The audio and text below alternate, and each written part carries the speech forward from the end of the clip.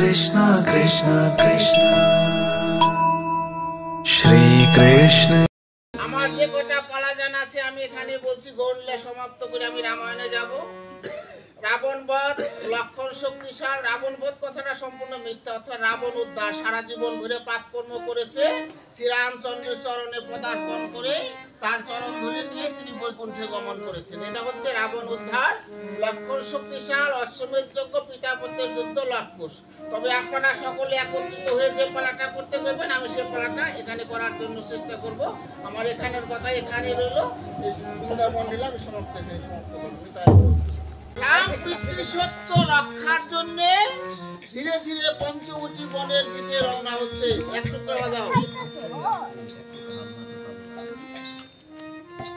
কিছু দূর গিয়ে দেখে রামের মা দুধের বাটি নিয়ে হাতে নিয়ে দাঁড়িয়ে আছে, যে আমার রাম 14 বছরের জন্য বনে যাবে। বনে গিয়ে কি আহার করবে? এমন সময় ভরতের মা এসে তার দুধের বাটিখানা থাপ্পড় দিয়ে মাটির মধ্যে ফেলে দিলেন।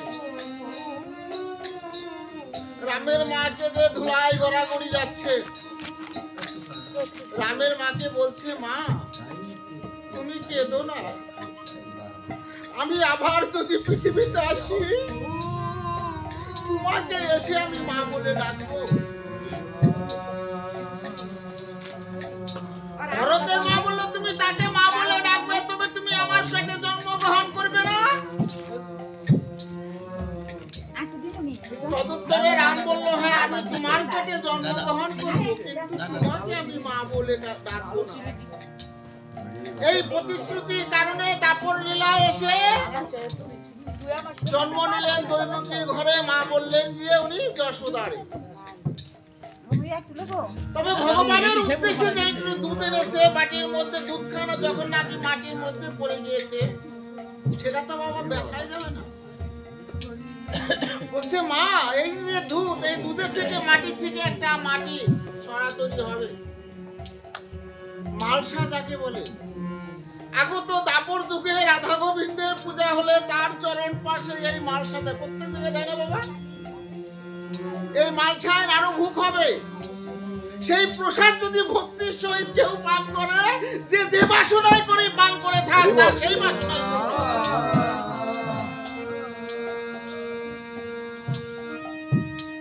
ধীরে ধীরে কিছু দূর যাওয়ার পরে গিয়ে দেখে মুনিবরা যজ্ঞ করছে। সত্যতে ধ্যান, ত্রেতাতে যজ্ঞ, তারপরে পূজা পার্বণ, কলিতে হরিনাম। চৈতন্য চরিত্রামৃতের মধ্যে লিখলেন, হরিনামম হরিনামম হরিনামম কেবলম কলনাস্তব কলনাস্তব গতিরণ্য। হরিনাম ভিন্ন কলিজীবের আর কোনো গতি। আর গীতার মধ্যে লিখলেন, সর্বধর্মাং পরিত্যাজ্যাং মামেকাং শরণং ভজ অন্তাং সর্ব পাপেভ্যো মুখ্যায়চি মাসুচ। হে অর্জুন, তুমি সমস্ত কিছু ত্যাগ করো, একবার কৃষ্ণ বলে আমাকে ডাকো, আমি তোমাকে অনায়াসে সমস্ত বিপদ থেকে রক্ষা করব। তবে কেউ যদি সদ্গুরুর কৃপা পায়, একটা হচ্ছে বাইরের যজ্ঞ আর একটা হচ্ছে ভিতরের যজ্ঞ, এই দেহের যজ্ঞ। গীতার ৮ম অধ্যায় অক্ষর ব্রহ্মযুগের মধ্যে বলছে, দ্বিতীয় শ্লোকের মধ্যে প্রথম শ্লোকে বলেছে, অর্জুন বলছেন, হে কৃষ্ণ, আধ্যাত্মিক কাকে বলে, আদি ভৌতিক কাকে বলে, আদি দৈবিক কাকে বলে? আধ্যাত্মিক হচ্ছে এমন একটা জিনিস, প্রত্যেকটা মানুষই এমন কোন কর্ম করেছে পৃথিবীতে কেউ দেখে নাই, সেটা কিন্তু ভগবান, সেটার ফল অক্ষরে অক্ষরে প্রত্যেকেই ভোগ করতে হবে। আর আদি দৈবিক হচ্ছে দৈবের ঘটনা। বাচাক সিটির, বমাক সিটির, সর্বে ধ্বংস দৈবের ঘটনা। কোন সন্তান আদি যদি মাতা পিতার চরণ ধরে শিরে ধারণ করে কোথাও যায়, এই 3 প্রকার দুঃখ, 1 প্রকার দুঃখ তার শরীরে আসতে পারে না। তাই কলি শাস্ত্রে লিখলেন, হলো সত্য ত্রেতা দাপরন্ত কলি বর্তমান, সম্মানের মান রক্ষা করে দায়। শুনি শাস্ত্র গ্রন্থে তন্ত্রে মন্ত্রে ধর্মের মূলে তুলে ভগবান, ধর্ম সত্য বিদ্যমান ভাবে যাহা সত্য তাহাই ধর্ম, যথাই ধর্ম তথাই ভগবান। পাপাচ্ছন্ন কলিকালে ধর্মের পথে কেহ গেলে দুঃখ কষ্ট তার কপালে মৃত্যুর হাতে সত্যের অপমান। বৃদ্ধ শ্বশুর হয় তার মাইনার চাকর, শাশুড়ি হয় তার মাইনার দাসী। কেউ যদি শ্বশুর শাশুড়িকে বা পিতা মাতাকে দাসী মনে করেন, কাজের লোক মনে করেন, সে কোটি কোটি টাকা দিয়েও যদি দুর্গা পূজা করেন, ভগবান তা গ্রহণ করবে না। আমি হাজার প্রমাণ দিয়ে শাস্ত্রে বলতে পারি।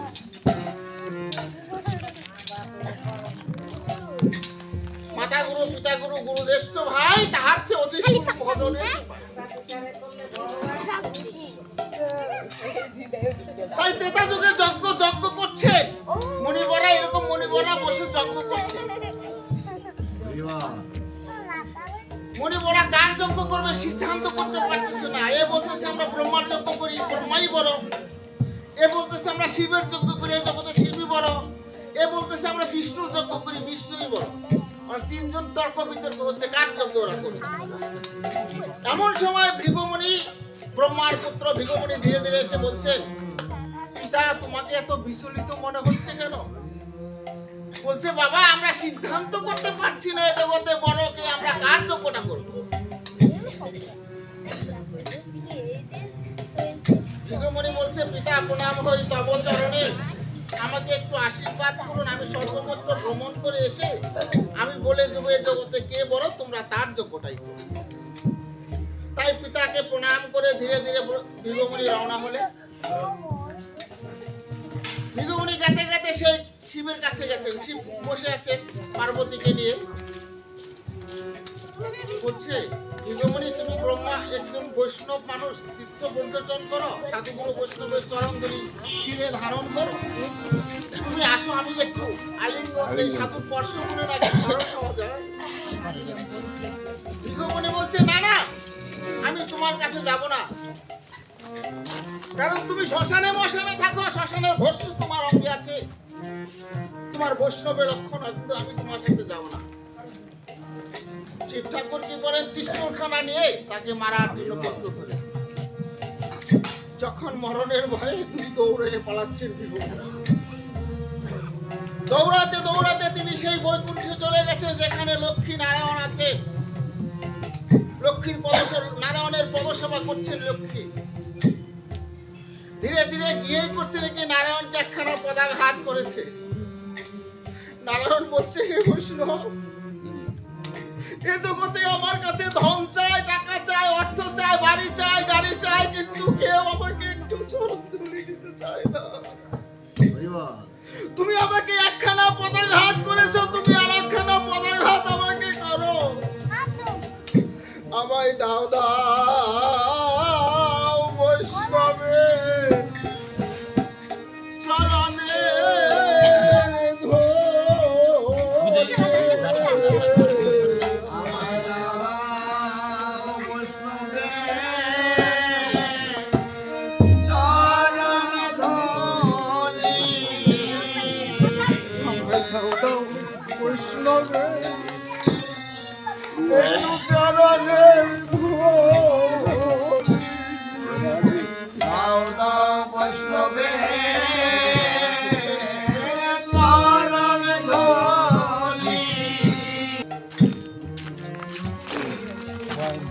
রাবণের বাড়িতে এসে দাদাকে বলছে, দাদা তোমার এত রাজ্য এত কিছু আছে, তুমি সামান্য একটু জায়গা আমাকে দাও বসবাস করার জন্য। বলছে বোন তোর যদি থাকার মনোবাসনাই থাকে তবে পঞ্চবটি বন তোকে দান করলাম, এই পঞ্চবটি বনের মধ্যে রাম, লক্ষ্মণ এবং সীতা দেবী পঞ্চবটি কুটির তৈরি করে সেখানে বসবাস করছে। যখন সুবর্ণরেখাকে দেখেছেন তুমি কে? বলছে আমি রাজা দশরথের পুত্র শ্রীরাম। বলছে তুমি কে? বলছে আমি তো এই জায়গাটার মালিক, আমার দাদা হয়েছে রাবণ, তিনি আমাকে দান করেছে। রামকে বলেছে তোমার পাশে কে? বলছে এটা হচ্ছে আমার অর্ধাঙ্গিনী অর্থাৎ আমার স্ত্রী। বলছে তুমি একে ত্যাগ করো, আমাকে গ্রহণ করো, আমি তোমাকে রাজরাজেশ্বরী করে রাখবো। রাম বলছে না না, জীবনে মরণে সর্বদাই সে আমার সাথী, রাজত্ব ছেড়ে আমার সঙ্গে বনবাস হয়েছে আমার, কিন্তু আমার সাথে সীতা দেবী এসেছে, কিন্তু সীতাকে ত্যাগ করা যাবে না। তোমার এত বড় যদি সাজ জেগে থাকে তবে আমার ভাই লক্ষণকে তুমি গ্রহণ করো। শূর্পণখা বলছে লক্ষণ তুমি আমাকে গ্রহণ করো। লক্ষণ বলছে না না, আমি সারা জীবন রাম সীতার যুগল চরণ সেবা করে আসছি, আমি কখনো তোমাকে গ্রহণ করতে পারবো না। বলছে তুমি তোমার দাদার আদেশ গ্রহণ করো। বলছে না না, আমি রাম সীতার যুগল চরণ সেবা করেছি। অর্থাৎ এই জগতে বৈষ্ণব যারা, তাদের আর কোনো পূজা নাই, একটাই একমাত্র পূজা, সেটা হচ্ছে রাধা গোবিন্দের। তাই আমি রাম সীতার চরণ পূজা করি, আমি আর কাউকে গ্রহণ করতে পারবো না। বারবার যখন বলার পরে শূর্পণখার সাথে লক্ষণের সাথে হলো বাবা ঝগড়া, যুদ্ধ লেগে গেল। লক্ষণের সনে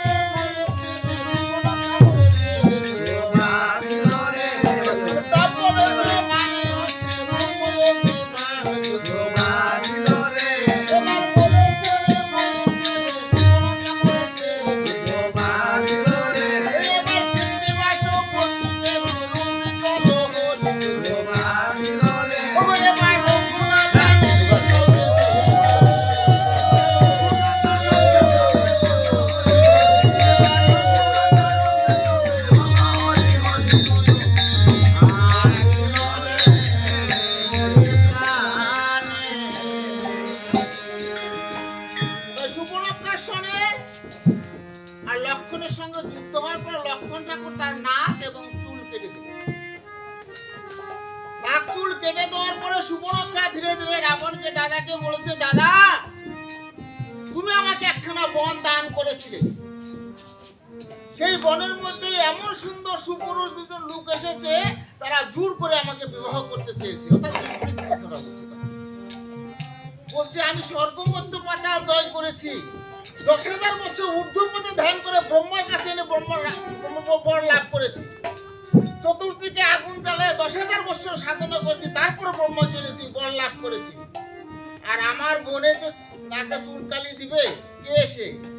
বলছে বনের মধ্যে এসেছো, তুমি গেলেই বুঝতে পারবে। মন্ত্রীকে বলছে, মন্ত্রী এখন তাহলে উপায় কি? বলছে উপায় একটাই আছে, তুমি যদি বদ্রিকা আশ্রমে গিয়ে মরিচিকাকে নিয়ে আসো, মরিচি মায়াবী হরিণ হতে পারে। যদি মায়াবী হরিণ হয়ে আশ্রমের পাশ দিয়ে বারবার যাতায়াত করে, তখন তুমি ওই সীতা দেবীকে হরণ করে আনতে পারো, প্রতিশোধ নিতে পারবে অক্ষরে অক্ষরে। বুদ্ধিটা ঠিক। হিমালয়ের প্রাতদেশে যেখানে মহাদেব থাকতেন, সেখানে বদ্রিকা আশ্রম, যেখানে তুলসী দেবী হাজার হাজার বছর সাধনা করেছে, সেই বদ্রিকা আশ্রমে গিয়ে মরিচিকাকে স্মরণ করেছে। বলছে আমাকে কেন স্মরণ করেছি? বলছে একটা কারণেই স্মরণ করেছি, আমি আমার সঙ্গে গিয়ে আমি যা বলি তোমার তার করতে হবে। বলছে কি করতে হবে? বলছে তুমি তো মায়াবী হরিণ হতে পারো। বলছে হ্যাঁ হতে পারি। ওই পঞ্চবটি বনে গিয়ে ছোট্ট একটা কুঠির করে, সেখানে 3 জন লোক আছে, আমার বোনকে নাক চুল কেটে অন্যায়ভাবে যুদ্ধ করেছে, এবং তার কাছে বারবার যখন যাতায়াত করবে আমি তাকে হরণ করে নিয়ে আসবো। বলছে এটা আমার কোনো মতে সম্ভব। কেন? বলছে এটা হচ্ছে পরম ব্রহ্ম, শ্রীরামচন্দ্র, এটাতে আমি কষ্ট তাকে দিতে পারবো না, আমার মরণ হয় হোক। রাবণ যখনই বাবা ধনুক নিয়েছে না, ধনুকের মরণের ভয়ে কি করবে? বলছে ঠিক আছে। বলছে যদি আমার মরণ হয় শ্রীরাম চরণে, তাও তো আমার জীবন ধন্য। তাই মায়াবী হরিণী বারবার যখন যাতায়াত করছে, রাবণ বাবা সন্ন্যাসী বেশ ধারণ করে, যে সাধুর বেশে, যে নকল সাধু যাকে বলে, এটা কিন্তু আসল না, এটা হচ্ছে নকল সাধু। এই নকল সাধুর বেশ ধারণ করে পাশে দাঁড়িয়ে আছে। ওই হরিণ যখন বারবার যাতায়াত করছেন, সীতা দেবী বলছেন, প্রভু একখানা হরিণ দেখা যাচ্ছে, হরিণখানা ধরে দাও, আমি হরিণখানা পুষবো অর্থাৎ পালবো। বলছে আমি এই মাত্র বনে থেকে এসেছি, তোমার কি কোনো দয়া মায়া নেই? বলছে প্রভু আমি হরিণখানা পুষবো পালবো। রাম বলছে ভাই লক্ষণ, তুমি সীতাকে করিও রক্ষণ, আমি হরিণ শিকার করার জন্য ধীরে ধীরে যাচ্ছি। যখন হরিণ শিকার করার জন্য ধীরে ধীরে যাচ্ছে, ভাই লক্ষণকে সীতাকে রক্ষা করার জন্য বলে গেলেন। কিছু দূর যাওয়ার পরে মায়াবী হরিণ, ভাই লক্ষণ আমাকে বাঁচাও,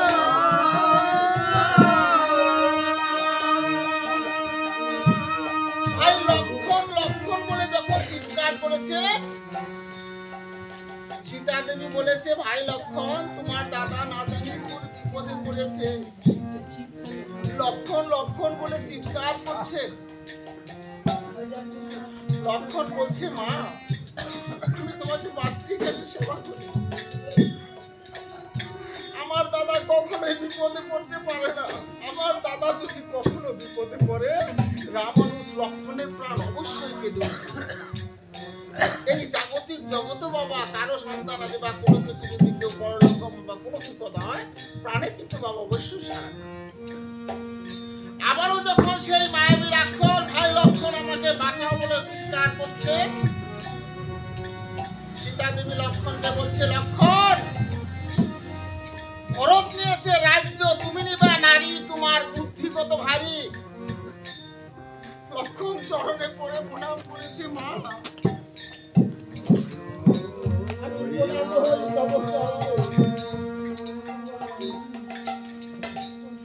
তুমি আমাকে এমন কটু বাক্য বলো না, তবে আমি যাবার বেলা একটা গান্ডীপের রেখা দিয়ে যাচ্ছি। এই গান্ডীপের রেখার বাহিরে মা তুমি হইও না। যখন দাদাকে অর্থাৎ রামকে রক্ষা করার জন্য ধীরে ধীরে লক্ষণও যাচ্ছে, এমন সময় তো বাবা পাশে দাঁড়িয়ে আছেন রাবণ, সন্ন্যাসী নকল সাধু বেশ ধারণ করে। সন্ন্যাসী বেশ ধারণ করে ধীরে ধীরে বলছে, জয় শিব শম্ভুর জয়, জয় শিব শম্ভুর জয়।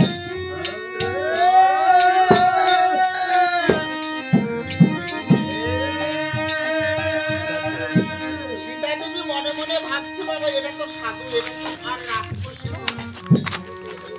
আমি না জানি কোন অপরাধী আজ বনবাস হয়েছি, আজ যদি রিক্ত হস্তে অর্থাৎ খালি হাতে এই সন্ন্যাসীকে ফিরিয়ে দেই, আরো আমার না জানি কত বড় বিপদ হতে পারে। তবে বাবা তুমি এখানে বসো, আমার প্রভু অর্থাৎ শ্রীরামচন্দ্র আসার পরে প্রাণ ভরে তোমাকে আমি সেবা করাবো। বলছে, তুমি যদি আমাকে কিছু ভিক্ষা না দাও, তবে আমি অন্য দ্বারে চলে যাচ্ছি, যাবার সময় তোমাকে আমি অভিশাপ দিয়ে যাচ্ছি। সীতা দেবী বলছে, বাবা তুমি আমাকে অভিশাপ দিও না, আমার ঘরে সামান্য কটা ফল আছে, 5টা ফল দিয়েছে, এই কটা ফল আছে, ফল করা তোমাকে দিচ্ছি, তুমি সেবা করো। যখন বাবা আঁচলের মধ্যে ফল কটা নিয়ে ধীরে ধীরে বলছে, বাবা সন্ন্যাসীকে বলছে নিন। রাবণ বলছে, একই রীতি, তুমি রইলা ঘরের ভিতরে, আমি রইলাম ঘরের বাইরে, এটা কি করে সম্ভব? আমার এই ফল লাগবে না, আমি অন্য দ্বারে চলে যাচ্ছি, যাবার সময় তোমাকে আমি অভিশাপ দিয়ে যাচ্ছি। বলছে, বাবা তুমি আমাকে অভিশাপ দিও না। মনে মনে ভাবছে, এ তো রাক্ষস নয়, এটা তো সাধু সন্ন্যাসী। যখন বাবা লক্ষণ কুণ্ডলী দিয়ে গেছে, কুণ্ডলীর বাহিরে যখন বাবা এক পা রেখেছে, আর এক পা দিয়ে কুণ্ডলীর বাহিরে যখন গিয়েছে, চুল ধরে বলছে, এসো এসো সুন্দরী, তুমি আমার রথে এসো, আমি তোমাকে রাজশ্রী করে রাখবো। বলছি, ওরে রাক্ষস, আমি সত্যি যদি জানতাম তুই রাক্ষস, তবে তোকে কি আমি আজ ভিক্ষা দেই? তবে এখনো সময় আছে, রামের সীতা রামকে পৌঁছে দে, নচেৎ তোর বংশে বাতি দেওয়ার মতো কেউ থাকবে না। শুনে না শুনে ধর্মের কাহিনী বলছে, আমি প্রতিশোধ নেব অক্ষরে অক্ষরে। রাবণ বলছে, আবারও বলছে, এখনো সময় আছে, তুই রামের সীতা রামকে পৌঁছে দে, তোর এই দিনে নয়, তোকে তুই আমি শেষের দিনে বৈকুণ্ঠে পার করে দেব।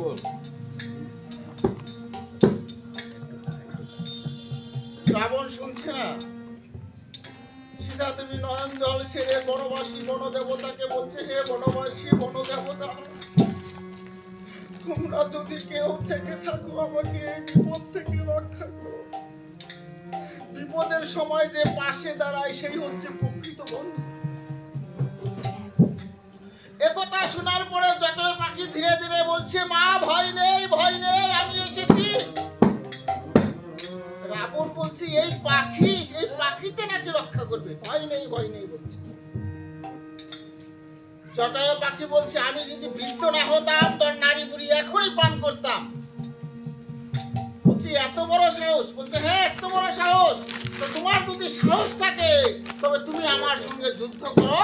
জটায়ুর সঙ্গে রাবণের সঙ্গে যুদ্ধ হচ্ছে। রাবণের সঙ্গে যুদ্ধ বাজিল রে,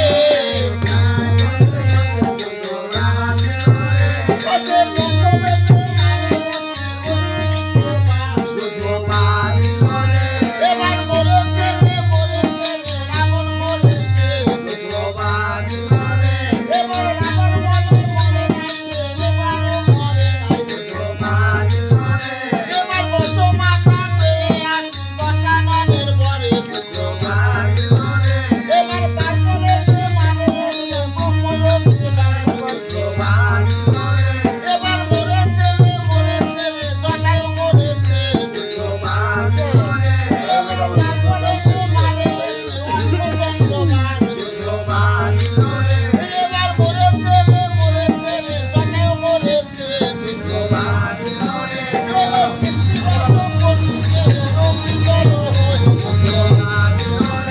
এবার রঘুনাথ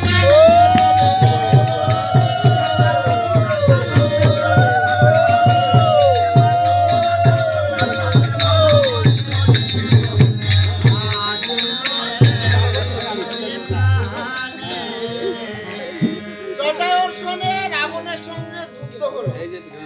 জটায়ুর সঙ্গে রাবণের সঙ্গে যুদ্ধ হয়ে অর্ধচন্দ্র মানে তার একখানা পাখা কেটে দিয়েছিল। কোন পাখিকে যদি একখানা পাখা কেটে দেওয়া হয় সে কিভাবে উঠতে পারে? সে ধীরে হারাম হারাম হারাম বলে চিৎকার করছে, প্রভু তুমি আমার সম্মুখে এসে দাঁড়াও, আমার প্রাণ পাখি যাওয়ার সময় হয়ে গেছে। আমি যেন তোমার নাম করতে করতেই যেন আমার প্রাণ পাখি চলে যায়। এমন সময় ধীরে ধীরে বনে এসে দেখে, পঞ্চবটী বনে এসে দেখে সেখানে সীতা দেবী নেই। সীতা দেবী এদিকে তালাশ করছে, এদিকে তালাশ করছে, এদিকে তালাশ করছে, কোথাও সীতা দেবী পাচ্ছে। রাম বলছে, হে সীতা, তুমি যদি পলায়ে থাকো তবে এখন সাক্ষাৎ দাও, আমরা তো হরণ হয়ে যাচ্ছে খুঁজতে খুঁজতে। আসলে তো রাবণ হরণ করে নিয়ে গেছে। কিছু দূর গিয়ে দেখে জটায়ু পাখি হারাম হারাম করে নয়ন তুলে কাঁদছে, বলছে, প্রভু তুমি আমার সম্মুখে দাঁড়াও, তোমার চরণ সেবা করতে করতেই যেন আমার প্রাণ পাখি চলে যায়। তবে প্রভু আমি তোমার মা সীতাকে রক্ষা করতে পারিনি। মা সীতাকে রাবণ এখান থেকে হরণ করে নিয়ে গেছে।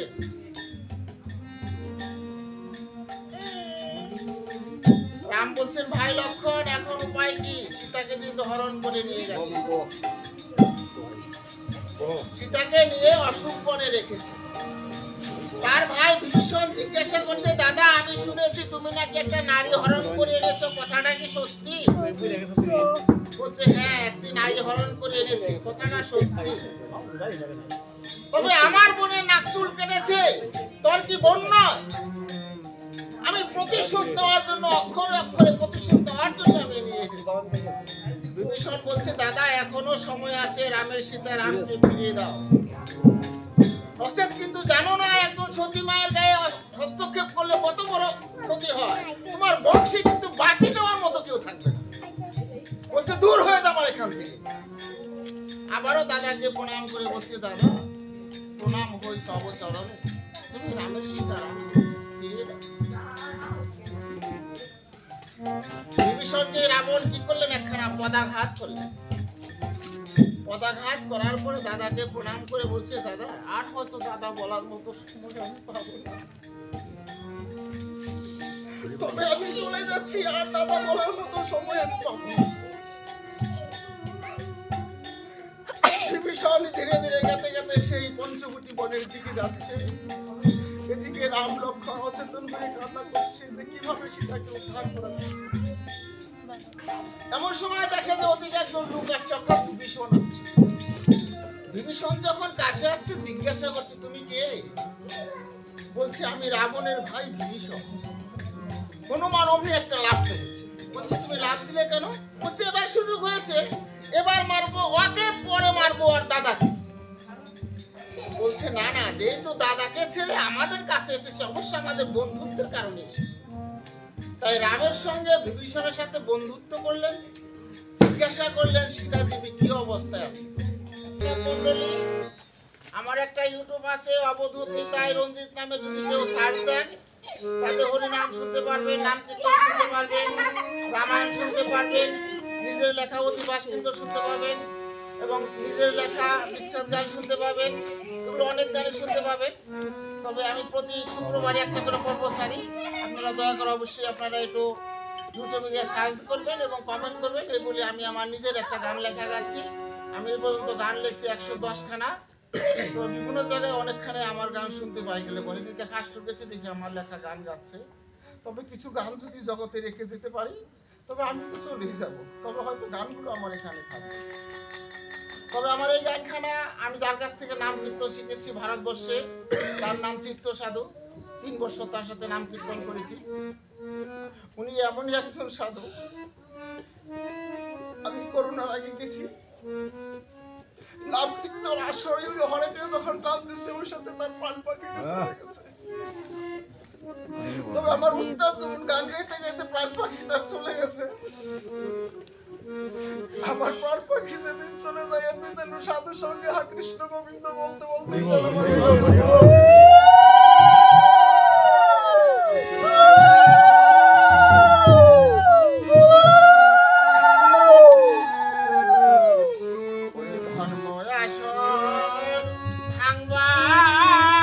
ভাঙবার আগে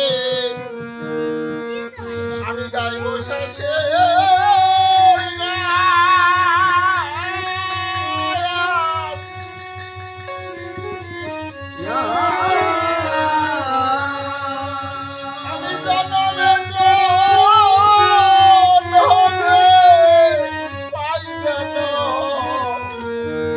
ভক্তের শরণে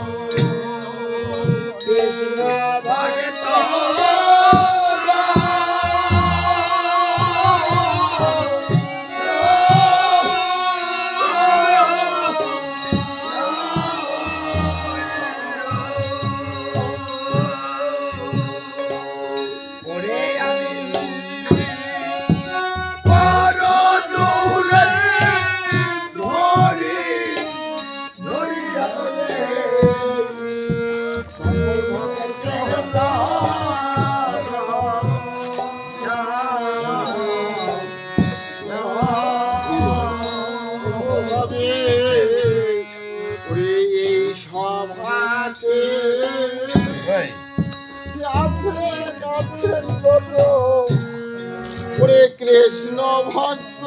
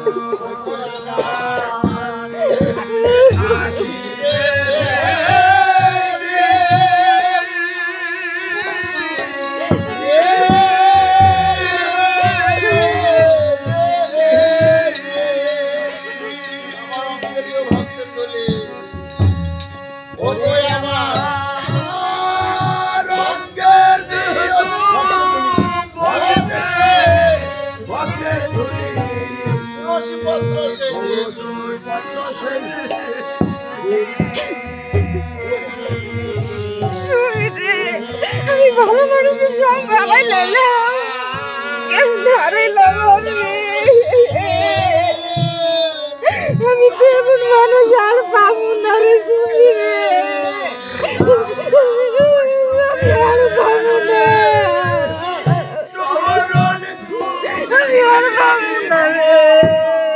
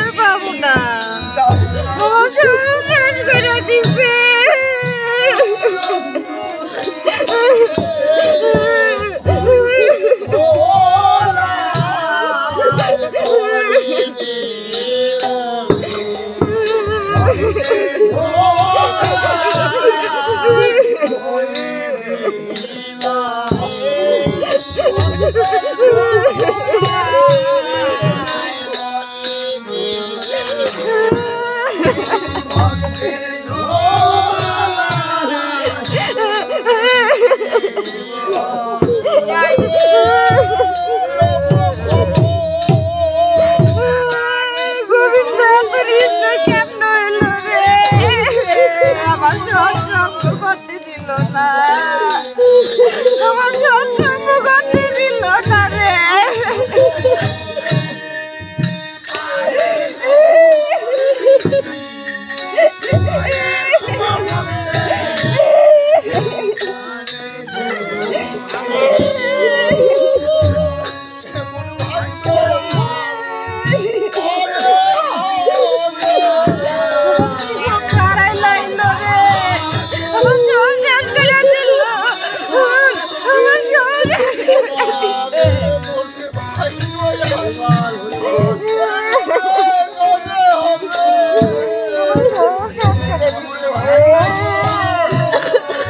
আমি মনে করছি তার লগে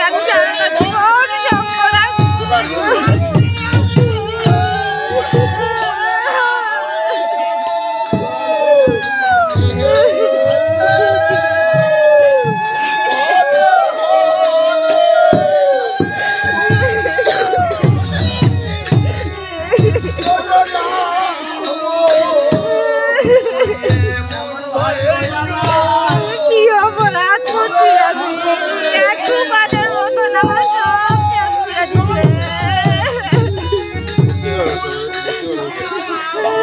আমার সব শেষ করে দিলে।